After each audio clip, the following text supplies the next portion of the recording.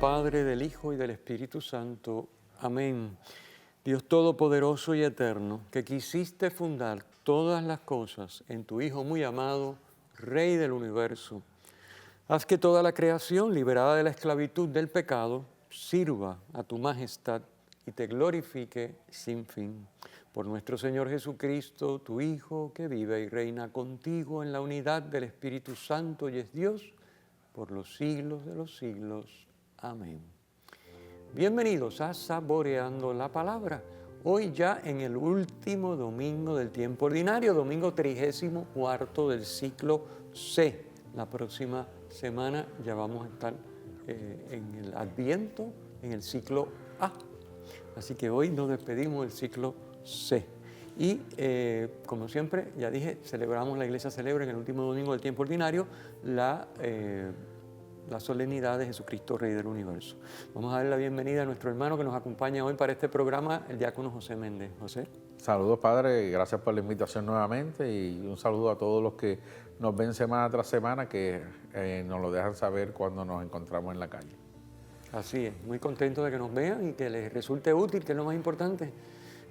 No porque nos vean, sino porque les resulta útil, sobre todo para preparar la misa, para su oración personal, para sacarle partido a la palabra, que yo sé que a veces no es fácil, porque no entendemos las palabras, no entendemos el contexto, no sabemos lo que está pasando y de momento aquello suena como una cosa extraña. Así que esa es la idea de estos programas, tratar de acercarles un poquito más a esta pozo sin fondo de riqueza divina que Dios ha puesto en la Sagrada Escritura, en la palabra, y que precisamente porque por fuera se ve inaccesible, pues mucha gente simplemente la deja de lado y no la aprovecha. Bueno, pero vamos de lleno, que tenemos hoy a Jesucristo, Rey del universo. ¿Qué tenemos en la primera lectura, tomada del segundo libro de Samuel? Tenemos el momento en que los ancianos de Israel van a David y le piden que sea rey sobre Israel.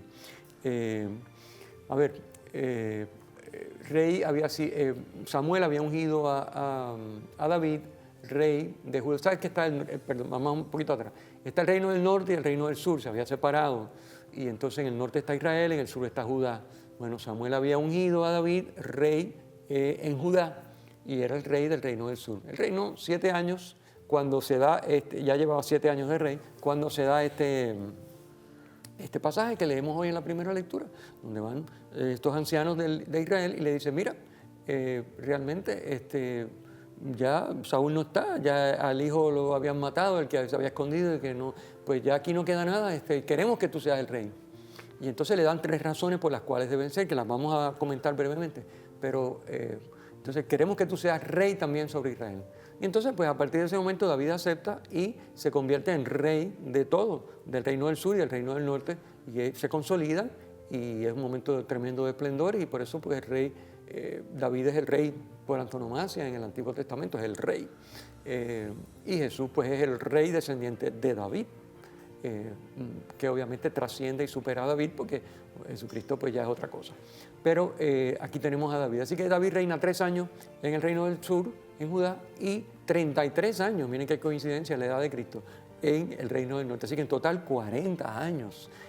Menos mal que era jovencito cuando Samuel lo sacó de cuidar, de pastorear el rebaño, porque si no, 40 años reinó nuestro amigo. Entonces, pues nada, ¿qué nos encontramos aquí? Fíjense que hay 3, las razones que le dan los ancianos son 3 para que acepte, ¿no? Es que van allí, por favor, queremos que sea nuestro rey.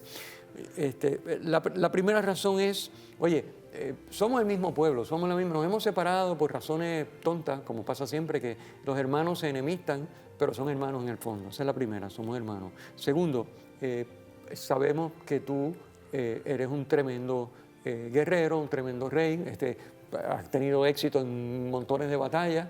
De hecho, por eso Saúl le tenía, ¿verdad?, echado el ojo, no le gustaba la cosa. Me decía, bueno, pero ¿esto qué cosa es? Este hombre más, siendo el rey Saúl, aparentemente era como si el que fuera rey realmente fuera David, entonces eso no le gustaba a Saúl. Bueno, así que eres tremendo, ¿no? O sea, tu liderato, la gente está contigo, te siguen, has tenido mucho éxito en las batallas, en fin. Y finalmente Dios te ha escogido, porque por eso eres el rey en Judá, pues Dios te ha escogido. Así que fíjense que si esas tres cosas las miramos, nos damos cuenta de que aplican perfectamente a Jesucristo. Aplican a Jesucristo. Jesucristo es nuestro hermano porque se ha hecho hombre. Jesucristo, obviamente, más que la brillante ejecutoria de David y más que sus éxitos, su liderato y el seguimiento, lo vamos a ver en la segunda lectura de hoy, que lo dice Colosenses. Cristo, obviamente, es cabeza del cosmos y cabeza de la iglesia. No hay más que hablar, es decir, es el hombre perfecto, en él habita la plenitud de la divinidad. Y tercero, David ha sido escogido por Dios para que sea rey en Judá, así que puede ser perfectamente rey en el norte también. Pues obviamente Jesucristo ha sido escogido por el Padre que lo envía a su obra redentora. Así que fíjense qué interesante cómo estas tres cosas, por eso está puesta esta lectura, se aplican perfectamente a Jesucristo, que es de quien estamos celebrando este domingo la realeza. Sí, y recapitulando también, pues David era un pastor de ovejas, que pues a Jesús lo consideramos también, pues, ¿verdad? Nuestro pastor, el que guía el rebaño, el que nos lleva de vuelta a la patria celestial y vela por cada uno de nosotros. Hay muchas similitudes dentro de lo que es el reinado de David y Jesucristo. Incluso Dios le promete que de él saldrá el Mesías, de él saldrá el que ha de redimir al pueblo de Israel en su momento cuando pues así Dios lo prescribe. Así es. Quiero pasar a la segunda lectura, porque la segunda lectura tiene una riqueza de contenido tremendo que obviamente no nos da tiempo de desmenuzar, pero al final les daremos, como siempre, vayan al sitio web y descarguen el documento para que lo lean y lo entiendan, lo estudien y lo conozcan. Este fragmento de la carta a los Colosenses es como un himno, ¿verdad? Está al comienzo del capítulo 1, luego del saludo, versículos 12 al 20, lo que se conoce como un himno cristológico. Canta la excelencia de Cristo como cabeza de la creación y cabeza de la iglesia. Está dividido en esos dos segmentos este himno. Y San Pablo da gracias al Padre por Cristo y por la obra redentora que ha llevado a cabo. Fíjense que damos gracias a Dios, dice el texto, que nos ha hecho capaces de compartir la herencia del pueblo santo en la luz. ¿Cuál es la herencia del pueblo santo en la luz? Fíjense que esto es una manera jodida de hablar, enredada, tremenda, ¿no? Pero la luz es símbolo de Dios. El pueblo santo, los llamados, la iglesia en este caso, ¿verdad? ¿Y cuál es la herencia de los llamados en Dios? Dios. Un poquito complicado, pero eso es lo que está diciendo. O sea, damos gracias a Dios que nos ha llamado a participar de Dios, que en Dios Hijo, por decirlo de alguna manera un poquito más inteligible, que en Dios Hijo, en Cristo, que es al quien está cantando el himno, que en Dios Hijo nos ha llamado, pueblo santo, a heredar. ¿Qué es lo que heredamos? La comunión con Dios, Dios mismo. O sea, que nos ha llamado, damos gracias a Dios que nos ha llamado a hacernos uno con Él por medio de su Hijo. Eso es lo que está diciendo. Fíjense cómo dice, que nos ha hecho capaces de compartir la herencia del pueblo santo en la luz. Uno lee eso así y dice, ¿qué es eso? Y por eso lo explico, porque es el lenguaje que usaban esta gente, complicado para nosotros. Fíjense, nos ha sacado el dominio de las tinieblas. Aquí tenemos, esto es fácil de entender, ¿verdad? Si la luz es Dios, las tinieblas es lo que se opone a Dios. Nos ha trasladado al reino de su Hijo querido, el Hijo de su amor.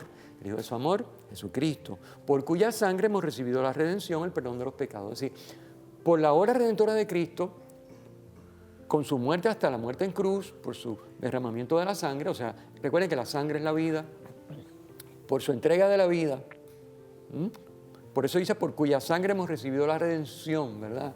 O sea, no es que nos van a transfundir la sangre de Cristo, es por cuya sangre, se refiere por cuya vida entregada en su obra redentora, hemos recibido la redención, es lo que está diciendo, que comporta el perdón de los pecados.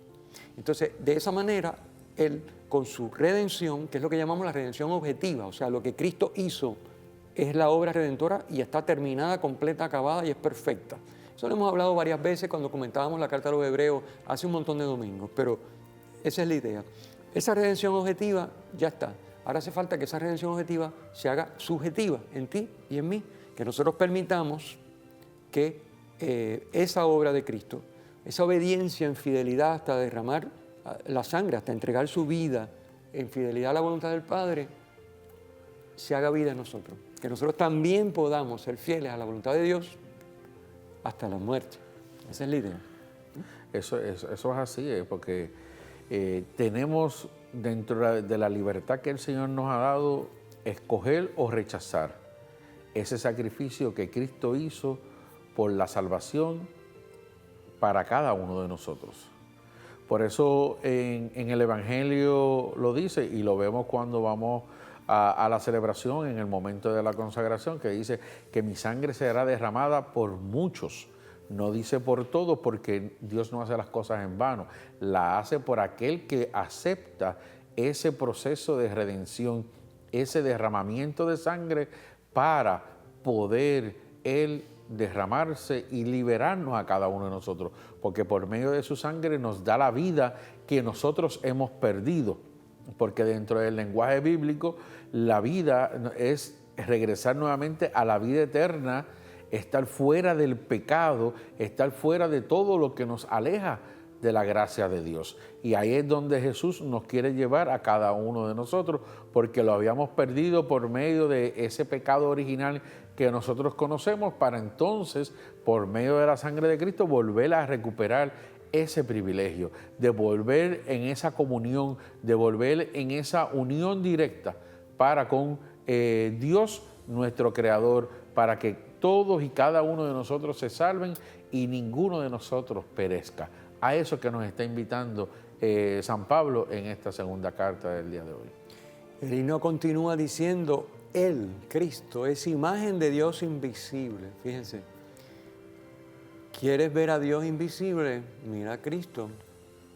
¿Quieres conocer a Dios invisible, que es invisible? No, conoce a Cristo, que es visible, que está en las Escrituras, que te habla todos los días, tiene la palabra a tu disposición, que está en el sacramento eucarístico presente, puedes hablar con Él en el sagrario, puedes hablar con Él en la exposición del Santísimo, cualquier jueves, en cualquier parroquia, es decir, ¿verdad? Sin embargo, a veces eso no lo hacemos. Quisiéramos hablar con Dios invisible, pero no queremos hablar con Dios visible, que es Cristo. Él es la imagen del Dios invisible, dice Pablo. Y es primogénito de toda criatura. ¿Qué quiere decir primogénito de toda criatura? Quiere decir que Dios, cuando va a crear, tiene en mente a su Hijo. El Hijo es antes que cualquier creación. Y con ese Hijo en mente, por hablar, obviamente estamos hablando de Dios con lenguaje humano, o sea que es impreciso, pero tiene en mente Dios a su Hijo cuando crea. Por eso el Hijo es primogénito, Él es el primero, antes de que nada exista, aunque no se hace hombre hasta la plenitud de los tiempos, Él existe desde antes de que exista la creación, porque aunque no existe, no se ha encarnado, pero ese Hijo, segunda persona de la Trinidad encarnada, ya está en la mente de Dios como hombre perfecto. Y todo lo que Dios crea es precisamente para que llegue el momento que llamamos la plenitud de los tiempos, que es la encarnación del Verbo. Así que Él es esa imagen de Dios invisible y es el primogénito de toda la criatura. Él es la cabeza de toda la creación, porque es hombre y es Dios. Por lo tanto, es hombre perfecto, ¿verdad? Y bueno, todo lo demás que dice es consecuencia de esto. Todo fue creado por Él y para Él. Él es anterior a todo y todo se mantiene en Él. Y también después viene y nos dice que es cabeza de la iglesia. Ya lo había dicho antes en el programa, es cabeza de la iglesia, porque es el primogénito entre los muertos. ¿Qué quiere decir esto? Que la iglesia realmente, esta es la iglesia que va en camino a su plenitud, en la que vivimos nosotros. La iglesia plena es la iglesia de los resucitados. Por eso Él es cabeza del cuerpo de la iglesia, es el principio, el primogénito entre los muertos, y así es el primero en todo, porque Él es primero en resucitar entre los muertos, que es el destino final de la iglesia. Por eso es el primogénito y es la cabeza de la iglesia. Cosas extraordinarias, tiene un contenido riquísimo, vayan al documento. Sí, por eso para que podamos entender este detalle que el Padre nos ha hablado en este instante. Si buscamos en el Génesis, dice que Dios nos creó a su imagen y semejanza. Nos creó a imagen de Cristo. A pesar de que Cristo físicamente, un cuerpo molecular como el que tú y yo tenemos al día de hoy, no lo tenía en ese instante, pero en esa visión, en las características de Cristo, es que nosotros hemos sido creados todos y cada uno de nosotros. Y hay un propósito dentro del plan de Dios, que es que dentro de nuestra realidad nosotros podamos salir de esta vida inmortal hacia la mortalidad, que es lo que el Señor nos está invitando a cada uno de nosotros, para que Él, como primicia de todo, como Él le corresponde el primer lugar ante todas las realidades, todos y cada uno de los que lo aceptamos podamos ir detrás de Él a recibir esas bendiciones que vienen del Padre para beneficio de todos y cada uno de nosotros. Y finalmente llegamos al Evangelio. El Evangelio siempre es la pieza cumbre, la lectura principal de la celebración. Nos encontramos hoy en el capítulo 23 de Lucas. ¿Y qué trae hoy el Evangelio? Pues trae un fragmento de la narración de la crucifixión y muerte de Jesús. Es el momento en que Él está ya en la cruz y por allí desfilan varios personajes. Y están puestos precisamente hoy para que nosotros, mirando lo que esos personajes piensan sobre Jesús, miremos qué tú y yo pensamos de Jesús, cómo tú y yo nos relacionamos con Jesús. Fíjense, aquí tenemos varias personas. De hecho, está el pueblo que no aparece en la lectura porque es un versículo que ha sido omitido. El versículo 35 no se lee. La lectura de hoy comienza en el versículo, comienza después de que comparece el pueblo frente a la escena de la crucifixión. Es decir, el pueblo ni fu ni fa, como decimos, ¿verdad? Está mirando, es decir, como quien ve llover, no se compromete, no, están pasando estas cosas aquí. Bueno, después tenemos entonces las autoridades judías, que obviamente las autoridades judías, Jesús choca frontalmente con la concepción que ellos tienen del Mesías triunfante, que iba a devolverle otra vez la gloria y el esplendor al templo y a la ley y a todo el revolú, y entonces iba a sacarle allá a todos los romanos, y bueno, Jesús montones de veces. Fíjense que Jesús no quiere que lo llamen rey de los judíos. Jesús quiere que lo llamen el Hijo del Hombre. Él se llama a sí mismo el Hijo del Hombre. El tema del rey de los judíos es la condena, es la frase que utilizan para poderlo condenar ante los romanos, porque si no hubiera sido por una condena política, no lo pueden matar. Es decir, si él dice que él es el Hijo del Hombre, pues los romanos decían, bueno, pues llévenselo ustedes, a ver qué pasan con ustedes, con este señor, que lo que aparenta es que está loco, pero nosotros no podemos hacer nada. Entonces lo tiene que decir, él es el rey de los judíos, se ha declarado rey de los judíos. Él nunca se declaró, de hecho él no quería que lo llamaran rey de los judíos, en todo caso rey de Israel. Rey de Israel porque Israel es la teocracia, o sea, es el pueblo que Dios ha convocado. Pero rey de los judíos es una connotación política, es como decir, yo no quiero a Roma mandando sobre Israel, yo soy rey de los judíos. Y es lo que, por eso es que las autoridades logran que Pilato lo condene, y entonces Pilato, para burlarse de ella, acaba poniéndolo en el letrero, encima de la cruz. Pero obviamente toda esta gente despistado, ¿verdad? El pueblo indiferente, las autoridades judías totalmente fuera de onda, es decir, y además mintiendo, saben que están mintiendo, acusándolo de ser rey de los judíos porque él siempre lo ha negado. Y luego los soldados desfilan por allí, los soldados ven aquello y dicen, bueno, ¿y esto qué cosa es? Este es el rey de los judíos, y ven semejante cosa, y aquel hombre destrozado, clavado en la cruz, y dicen, pues tipo está loco, es imposible. Es que no puede haber otra opción, humanamente hablando, ante una escena como esa. Eso es una escena que o tienes fe y sabes que Dios está allí, amándote hasta el extremo, o simplemente tú no crees en la luz eléctrica y tú ves aquello y tú dices, esto es una loquera. Y eso es lo que dicen los soldados, es decir, este hombre no puede ser ningún rey de nada. Es decir, si no se puede ni salvar a sí mismo. ¿Dónde está el ejército de este hombre para que lo ayude? Sí, es decir... anda solo. Claro, Jesús, es que mi reino no es de este mundo. Y entonces están los dos malhechores, que Lucas es el único que presenta al famoso buen ladrón, ¿verdad? Qué hermoso. Cómo Jesús, en el momento antes de morir, ejerce ese acto de misericordia inconcebible. Están los dos crucificados con él, los dos son malhechores. Y claro, uno de el malhechor también maldice y porque le dice a Jesús, tú no te puedes salvar, tampoco me puedes salvar a mí, tú no sirves para nada. Porque para él la salvación era que no lo crucificaran, que no muriera. Esa era su salvación. Él no entiende más nada. Jesús está en otra onda, es otra salvación, es otra cosa. Entonces el buen ladrón, el famoso llamado buen ladrón, porque bueno, buen ladrón es como una contradicción en sus términos, pero bueno, el buen ladrón es el que le dice, acuérdate de mí cuando llegues a tu reino. Es decir, él acepta que Jesús es rey. En ese trance, sabiendo que él es culpable, sabiendo que el otro es inocente, acepta, o sea, tiene un golpe de luz divina, yo no sé, y se abre por la fe y acepta, yo sé que tú eres rey, acuérdate de mí cuando llegues a tu reino. O sea, él sabe que su reino no es de este mundo, está reconociendo que es rey, que su reino no es de este mundo, está reconociendo lo que dice Jesús. Y que el morir en la cruz no es una condenación, es el camino de la salvación. Por eso, acuérdate también de salvarme a mí cuando llegues. O sea, es una cosa espectacular que ese Señor diga eso en ese momento. Y entonces fíjense cómo nos va presentando Lucas en la narración toda esta gente que desfila y cómo va llegando al clímax de la escena, que es el buen ladrón, que le dice, acuérdate de mí cuando llegues a tu reino. Y Jesús que le contesta para colmo, hoy estarás conmigo en el paraíso, ¿verdad? Paraíso, pues ya sabemos, se refiere al cielo. Paraíso es una palabra persa que significa jardín. Se refiere, como decimos el paraíso también en el relato del Génesis. Sí. Dios creó al hombre, a Adán y a Eva en el paraíso.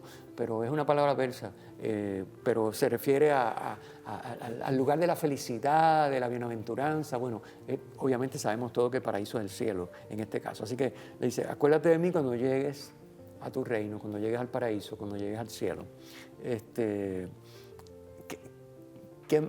¿Qué más? Esa confesión es la que nos tiene a nosotros con la que nos tenemos que identificar, básicamente.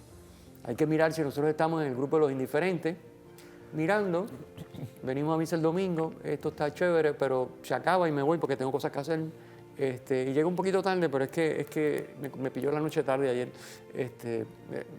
El pueblo. Después tenemos las autoridades judías. Es que yo llevo años pidiéndole que por favor me ayude con este problema y no me hace caso. Yo no vengo más.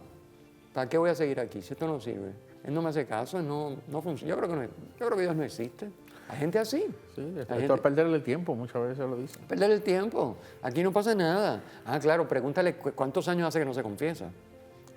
¿Cuántos años hace que no lee un documento de la iglesia o que no estudia su fe o que no la profundiza? Nos vamos a sorprender porque probablemente son décadas. Es que es así. O sea, el que quiere, va y busca. Porque allí está Dios ofreciendo. Dios no le reserva nada al que lo busca. Pero no lo busca, pues no lo encuentra. No, ahí podemos ver de que, como dice el evangelista Juan en el capítulo 1, el verbo que era preexistente se encarnó y habitó entre nosotros. Estuvo entre los suyos y no lo conocieron. Él era la luz del mundo. ¿Qué nos quiere decir con eso? Lo que nos habla hace un instante el padre de ese ladrón de la derecha. Ese hombre recibió una iluminación de su conciencia. Él pudo ver la película de su vida, de todo lo que él había hecho que no era agradable a Dios. Por eso vemos cuando él confiesa, yo soy digno de ¿verdad? De este suplicio, de este castigo, porque yo no he sido como debería de ser. Pero este que está a mi lado no merece pasar por esta pena. Él reconoce de salir del momento del pecado hacia la gracia y por eso él aprovecha la oportunidad de confesar públicamente todo lo que ha hecho para de una vez poder reparar el daño que él había hecho, para poder entrar en esa sintonía con Dios, para poder reparar y llegar a esa unión nuevamente con Dios. Por eso Jesús le dice, hoy estarás conmigo en el paraíso. ¿Qué nos quiere decir con esto el Señor? Que tú y yo tenemos que dejar a un lado nuestra soberbia, nuestro orgullo, todas las cosas, la indiferencia que tenemos muchas veces hacia Dios, que son los otros personajes que estamos viendo aquí en el día de hoy, incluyendo la soberbia que tiene el ladrón de la izquierda, que sigue retando a Dios, sigue buscando alternativas para él seguir en esa vida y justificar el camino que lleva de la perdición en vez de buscar el camino de la salvación. Y vemos cómo tenemos que entrar en ese proceso de la confesión, de una confesión de corazón, de reconocer a Cristo como el Rey del universo, el Rey habido y por haber, que es el único que es el que tiene el señorío aquí en este mundo y en el universo entero, para que entonces reparemos el daño que hemos hecho con nuestros hermanos para poder recibir la bendición que Dios quiere, que es la vida en gracia que nos quiere dar a todos y cada uno de nosotros. Como nos dice el mismo Jesús, su reino no es de este mundo. Su reino no es como los del mundo, ni es del mundo. Sí es para el mundo, porque busca transformar la lógica de dominación, que es la lógica tradicional de los reinos del mundo. Es decir, yo mando y tú obedeces y tú haces lo que yo digo. Y si no lo haces, te limpio el pico, te liquido. Entonces esa lógica de dominación, cambiarla por la lógica de servicio y de mansedumbre. Por eso Cristo reina desde la cruz, porque el máximo amor es precisamente dar la vida por aquellos que están equivocados, para que entiendan cuál es el camino de la vida. El camino de la vida es darla para recobrarla.